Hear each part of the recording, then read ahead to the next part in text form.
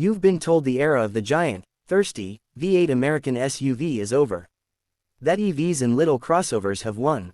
Ford just dropped a refreshed Expedition Max that supposedly makes the old guard irrelevant, and the comment sections are already declaring it king. We decided to find out if that's actually true, or just hype. So we grabbed the two biggest dogs in the fight, a 2025 Chevrolet Tahoe RST with the optional 6.2L V8 making 420 horsepower and 460 pound-feet, and the brand new 2025 Ford Expedition Max Platinum powered by the high-output 3.5L EcoBoost V6 pushing 440 horsepower and 510 pound-feet. Same price bracket, both stickered within $2,000 of each other, both loaded, both longer than a suburban driveway. We ran them through 7 days of pure chaos, family of 6 on a 1,200-mile road trip, maxed out 8,500 pounds trailers up mountain grades, 0 to 60 launches, off-road trails that would make a Jeep blush, and the ultimate test, trying to fit 3 car seats and a week's worth of Costco in the third row without anyone crying. Here's what actually happened. Day 1, highway fuel economy run, 400 miles of I-80 at a real 78 miles per hour with the cruise set and 6 people aboard. The Ford's twin-turbo V6 and 10-speed returned 19.8 mpg. The Tahoe's big 6.2 and its new 10-speed managed 18.4. Ford wins the efficiency battle, on paper. But when we filled both tanks to the brim at the same pump, the Tahoe took 4 fewer gallons to go the same distance in the real world because its tank is bigger. Net cost for the trip, within $8. Next, acceleration. Empty, the Ford hits 60 in 5.4 seconds. The Tahoe needs 5.8. Feels like a wash until you add 8,000 pounds behind them. With identical trailers, the Ford still edges 0 to 60 by half a second, but watch the quarter mile. The Tahoe's V8 torque curve never falls off above 4,500 revolutions per minute. It actually pulls harder from 50 to 80 miles per hour when you're passing on a 2-lane road.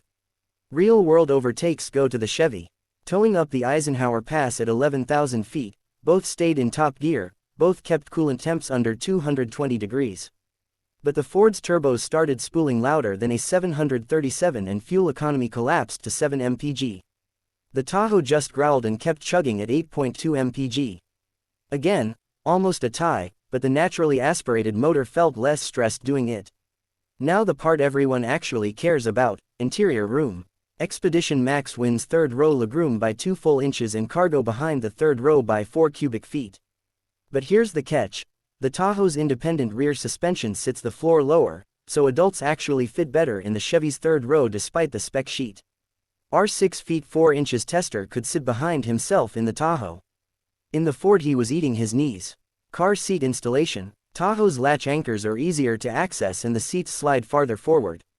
Ford looks bigger until you live in it. Tech battle. Ford's new 48-inch panoramic screen looks insane and Blue Cruise 2.0 now works on 95% of US highways with automatic lane changes. GM Super Cruise still beats it for hands-off miles you can actually use today, and the Tahoe's Google-based infotainment is faster and less glitchy than Ford's Sync 5 in the real world. Off-road, both have optional air suspension and 2-speed transfer cases. The Expedition's longer wheelbase dragged its belly twice on the same trail the shorter Tahoe cleared without scraping. After 7 days and 2,100 total miles, the score was closer than the internet wants you to believe. The Ford wins on paper, looks more modern, and has a slight power and efficiency edge when everything is perfect. The Tahoe wins where it actually matters to families: third-row comfort, towing composure, and that glorious V8 soundtrack that still makes people turn their heads at stoplights in 2025. So is the king dead? Not even close. The 2025 Tahoe RST is still the one we'd park in our own driveway tomorrow if we had 3 kids, a boat, and 0 plans of going electric anytime soon. If you're cross-shopping these two beasts right now, drop your budget and must-have features in the comments and we'll tell you which one actually makes sense for you. Smash the like button if big SUVs still rule. Subscribe and hit the bell because next month we're doing this exact test with the new Infiniti QX80 and Jeep Wagoneer S with the Hurricane Inline 6. The war is just getting started. See you in the next one.